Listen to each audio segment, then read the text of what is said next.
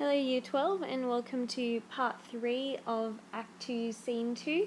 This will be the last part of this scene and it shouldn't be as long as the last video either. So Hamlet's first speech here, we're picking up from where the players have entered and Hamlet welcomes them very nicely and we know that he is a fan of the theatre and so he loves drama, he loves theatre. Because he refers to the actors as if they are old friends. So he says, "Oh, old friend," and then he talks about the young boys who would play the ladies, and he's saying, you know, your voice was beautiful last time I saw you, and he's saying, I hope your voice hasn't broken yet, so that you can still speak like a woman and play those parts. And then he asks for them to give him a speech. So the player asks him, what speech do you want? And then Hamlet goes on to tell them what he wants, but not only tell them, but actually start reciting it himself. And so we know that this section shows that Hamlet is interested in classical learning and in contemporary culture. So he's obviously a very learned man to have been going to the theatres enough to actually recite this speech here. And so he's saying, I heard a speech once, it was from a really, really good play, and you guys did it so well, I think this is what it is. He says, I think it was the tale of Aeneas and Dido, and when he speaks of Priam's daughter. So this is the tale of the Troy, so the Trojan horse thing. You guys have probably heard about it, so it's a reference to classic literature. And we have Hamlet reciting this speech. And so he chooses a speech that is particular to his own purposes. He's aware that plays are powerful political and personal weapons. So he chooses a tale of regicide, bloodshed, and slaughter and betrayal. So this is the tale of how Achilles was killed and Paris' son comes to avenge him. So he is the attacker of Troy, and he attacks the prince of Troy after going in on the Trojan horse. And basically he's covered in blood because of the vengeance that he is taking. And so obviously all of these ideas of blood, of vengeance for what has happened to the father, of killing royalty, they all are echoing Hamlet's own story in here. And then we have Polonius, and Polonius is surprised by how well Hamlet actually makes this speech. And then we have the player who picks up from where Hamlet let off, and he is telling a different part of the story. So he's saying Paris is inside the town. He goes to attack Priam, who is the crown prince, and is distracted by everything around him, but then he gains his focus and brings his sword down on Priam to kill him. So that's down in this bit. So he's distracted, he did nothing, and then there's a silence and it all stands still, and then he does, after this pause, he then says, with no less remorse than Paris' bleeding sword now falls on Priam. And so we also have the reference up here to arouse vengeance. So vengeance, again, a big theme in our play of Hamlet so far, particularly considering that we have not only Hamlet seeking vengeance, but also Fortinbras and Laertes. So this story would echo with all of those characters were they all present to hear it. And then obviously we have this reference here to the Wheel of Fortune and the desire to get rid of the Wheel of Fortune because of the, I guess, the bad luck that it brings to some people. Polonius then has a little whinge, which is a bit ironic considering he's the one who likes to make nice long speeches. He says, this is too long. And Hamlet makes another little witty reply here, which again he can get away with because of his vain madness. So he says, "It shall to the barbers with your beard." So he's saying your beard's too long. And then he says, "Prithee say on, he's for a jig or a tale of bawdy, or he sleeps. Say on, come to Hecuba." And so basically Hamlet is saying, oh, he's an old man, he can't stay awake unless it's just a short song or a dirty tale. And then Hamlet prompts the player to get on to Hecuba, so the queen. And the player says, "But who woe had seen the mobile queen?" So the idea is this word here is actually silenced, so as in the queen that we haven't heard from yet. And then we have the player continuing on again, and he's talking about how she reacted to the death of her prince. And so he said, "Bissen of room," that basically means blind in the eyes. So we'll write that there. From tears. So we know that she is very seriously mourning here. And then she's basically running through the town. She's got all her kids around her. She's rumored to have sometimes 5, sometimes 19 children. So that's what the overteamed loins thing is there. And basically she, in the speech about her, we have, "Who this had seen with tongue of venom steeped, gainst fortune's state, would treason have pronounced. But if the gods themselves did see her then, when she saw Pyrrhus make malicious sport in mincing of his swords her husband's limbs, the instant burst of clamour that she made, unless things mortal move them not at all, would have made the milch of burning eyes of heaven." So basically this whole section here, where it starts from the top, is actually talking about how in spite of everything that we might try, it's a reflection of the great chain of being and a reminder of the inevitability of God's judgment on human action.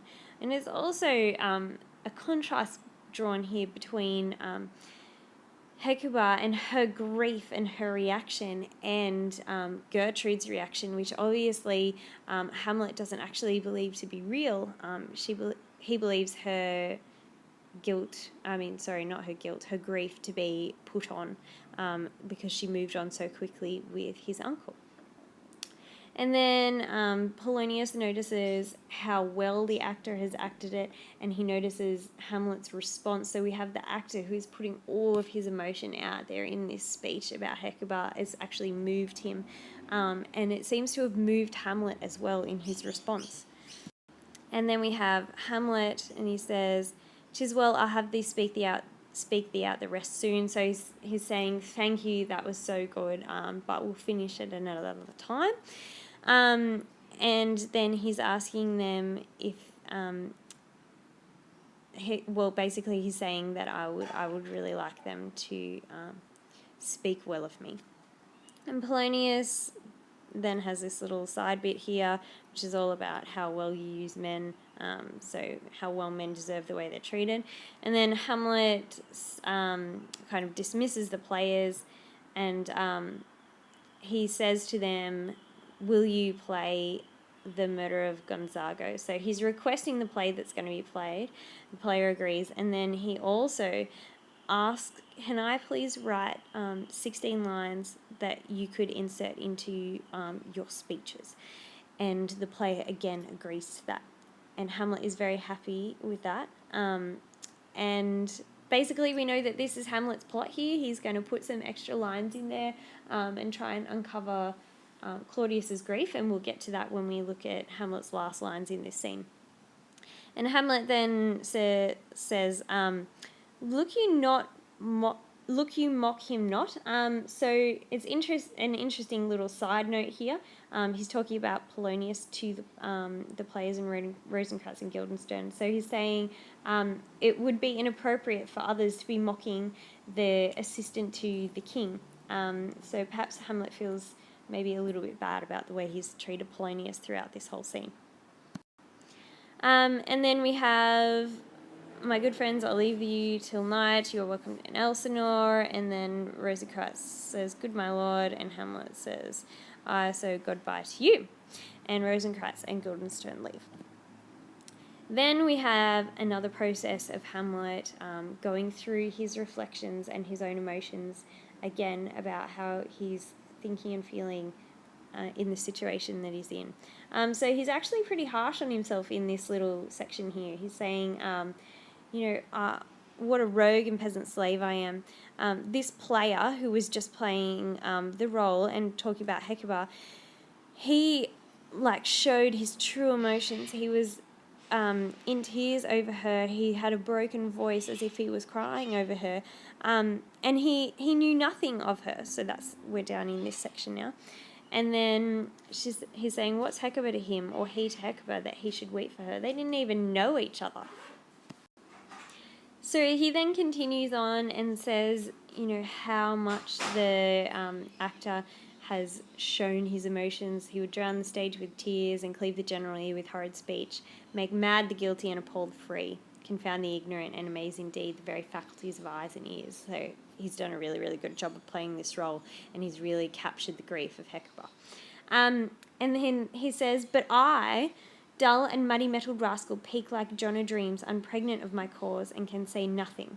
So he's saying, I have a real reason to be sad. I have a reason to take action, and yet I haven't done anything about it. I just have wandered around like a dreamer. He then questions himself, so he says, am I a coward who calls me villain, breaks my paid cross, plucks off my beard and blows it in my face, tweaks me by the nose, give me the lie of the throat as deep as in the lungs? Who does this to me? Ha, swoons, I should take it. So he's saying, I would deserve everything I get if people did any of those things to me, because I, haven't shown that I truly am serious about my purpose. And then he says, I'm pigeon-livered and lack gall. So he's saying, I don't have the guts that I should have. To make oppression bitter, or ere this I should fatten all the region kites with this slave's offal. So he's saying, I should have killed Claudius by now. And then he has a little rant here about Claudius. That's all the things he likes to label Claudius as. And then he says, what an ass I am. This is most brave, that I, the son of my dear father murdered, prompted to my revenge by heaven and hell, must like a whore unpack my heart with words and fall a-cursing on the very drab a stallion. So he's saying, the ghost of my father, either sent from heaven or hell, has prompted me to vengeance, and all I have done is talk. I haven't actually done anything, which, in my reading of Hamlet, I feel is fairly representative of his character the whole way through this play. And then he says, about my brain. So he's saying, okay, I need to do something here. I've got to get going. And then he reveals his plot that I was talking about earlier. So he's saying, I've heard that guilty creatures sitting in a play have by the very cunning of the scene been struck to the soul. So he's saying, if someone's watching a play and it's actually something that is to do with something they feel guilty about, it can actually really, convict them of the sin that they have committed.